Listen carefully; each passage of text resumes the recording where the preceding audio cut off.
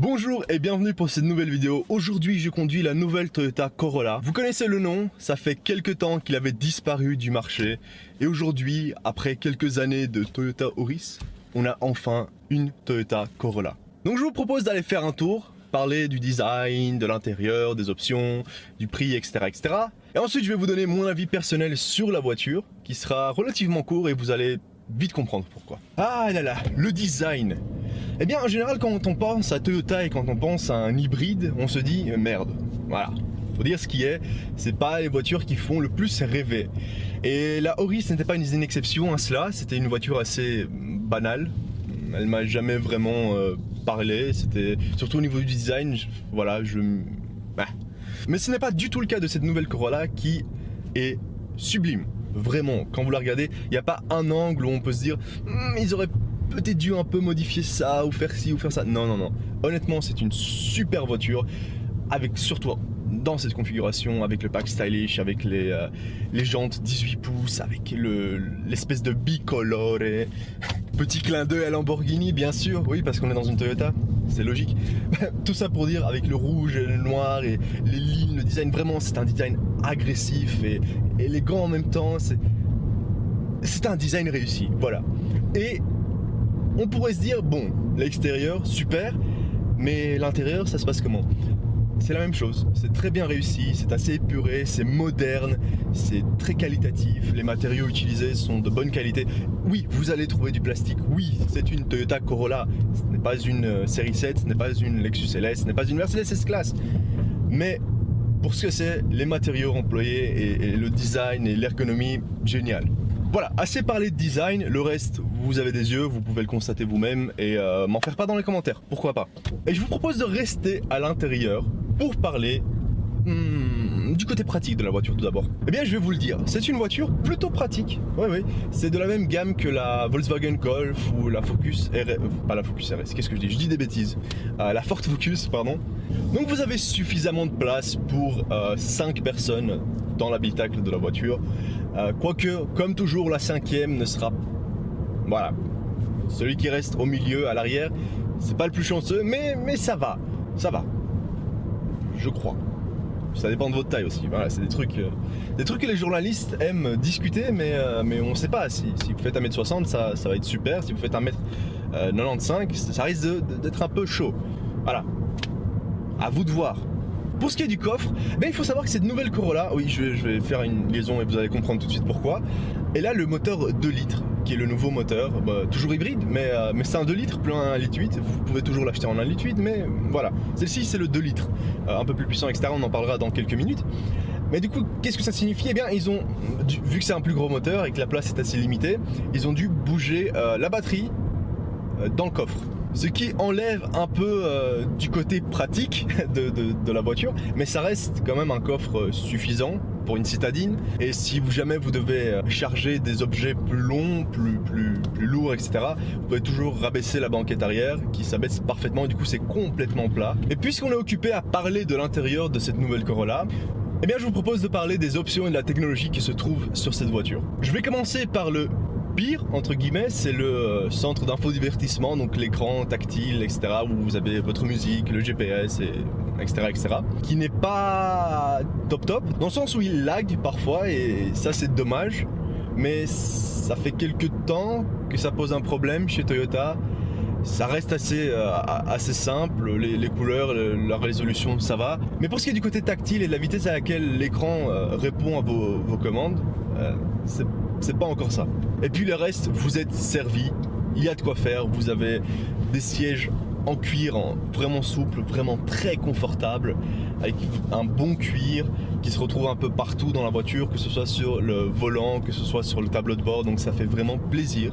Parce que ça vous donne l'impression de conduire une voiture qui est plus haut de gamme, et ça c'est toujours une bonne chose. Les sièges sont bien sûr chauffants, vous avez un affichage tête haute, un affichage digital à la place des compteurs classiques, un volant multifonction avec, sur ce modèle, et d'ailleurs en fait non, sur tous les modèles de Toyota, les nouveaux modèles, vous avez tous les systèmes de sécurité, prévention à la collision, etc., qui sont standards. Du coup, cette voiture a pas mal de fonctions semi-autonomes, ce qui est cool.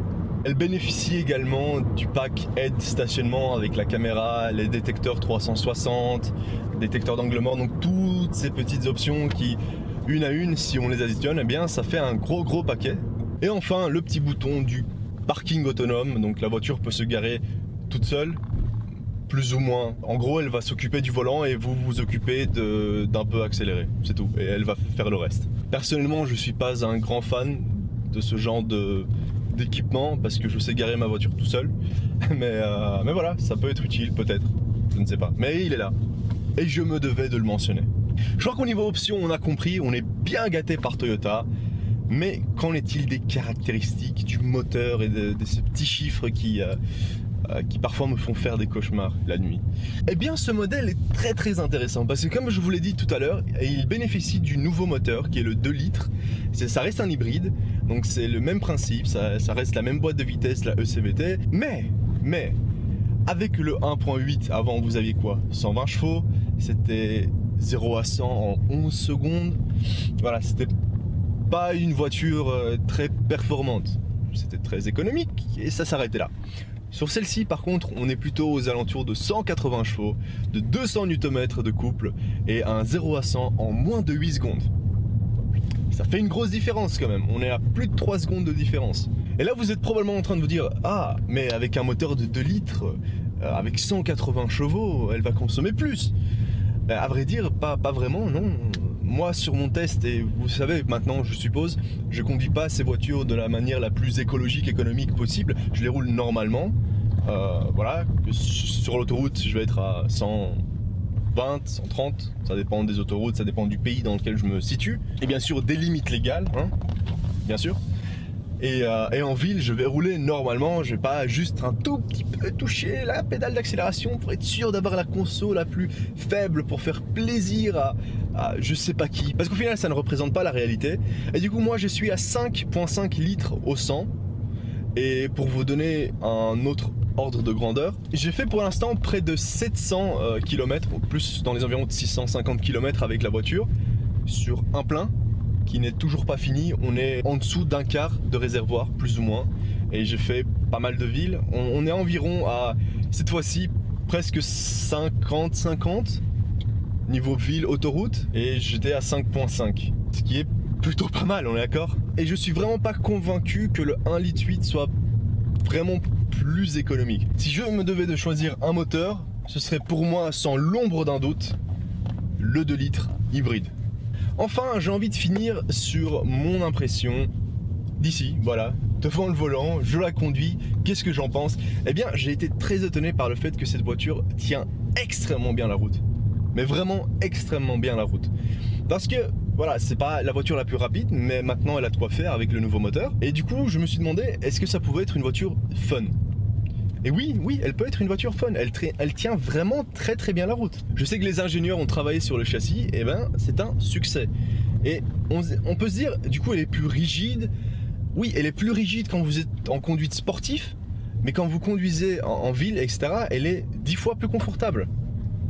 Je sais pas exactement ce qui s'est passé, mais j'approuve à 100%. Silencieuse en ville, elle est pas lente à mourir, donc c'est vraiment une voiture qui peut faire plusieurs choses à la fois. Avant, quand on pensait à Toyota hybride comme l'Auris, on se disait voilà, c'est un petit hybride sympa pour la ville, économe, et c'est tout.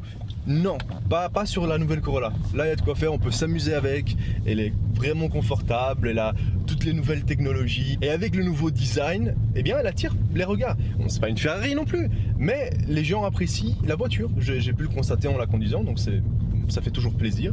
Le seul côté négatif, c'est que sur l'autoroute, à une vitesse de plus de 110-120 km, vous commencez à entendre le vent, et c'est pas très dérangeant à cette vitesse encore, ça va, mais vous l'entendez. Mais si les routes sont bonnes, ça va. Après, si les routes sont pas top et qu'en plus vous roulez à plus de 110-120 km/h, là ça va devenir vite ennuyant. Et ça, c'est vraiment le seul côté négatif que j'ai trouvé à cette voiture. Pour moi, il n'y a vraiment pas d'autre côté négatif. Et c'est pour ça que je vous disais, ça allait être plutôt court parce que c'est une voiture qui m'a beaucoup plu.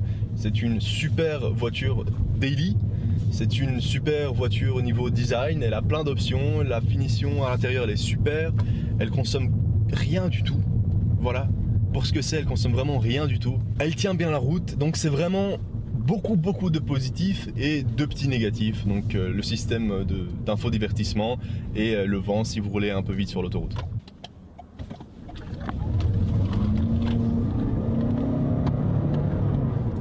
Et c'est sur ces belles et sages paroles que je vais vous le laisser.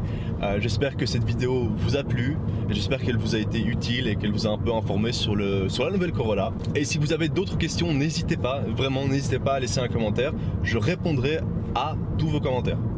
Voilà, c'est ce que j'aime faire, c'est un échange entre vous et moi et ça me fait vraiment plaisir. N'hésitez pas à me laisser un commentaire pour quoi que ce soit. Et donc si elle vous a plu aussi, n'oubliez pas de laisser un gros pouce bleu et si vous avez le temps, 2 secondes, abonnez-vous à la chaîne. En tout cas, considérez l'option de vous abonner à la chaîne. Ça me ferait vraiment plaisir et ça m'aiderait aussi beaucoup. Voilà. Ceci étant dit, je vous dis à la prochaine. Ciao.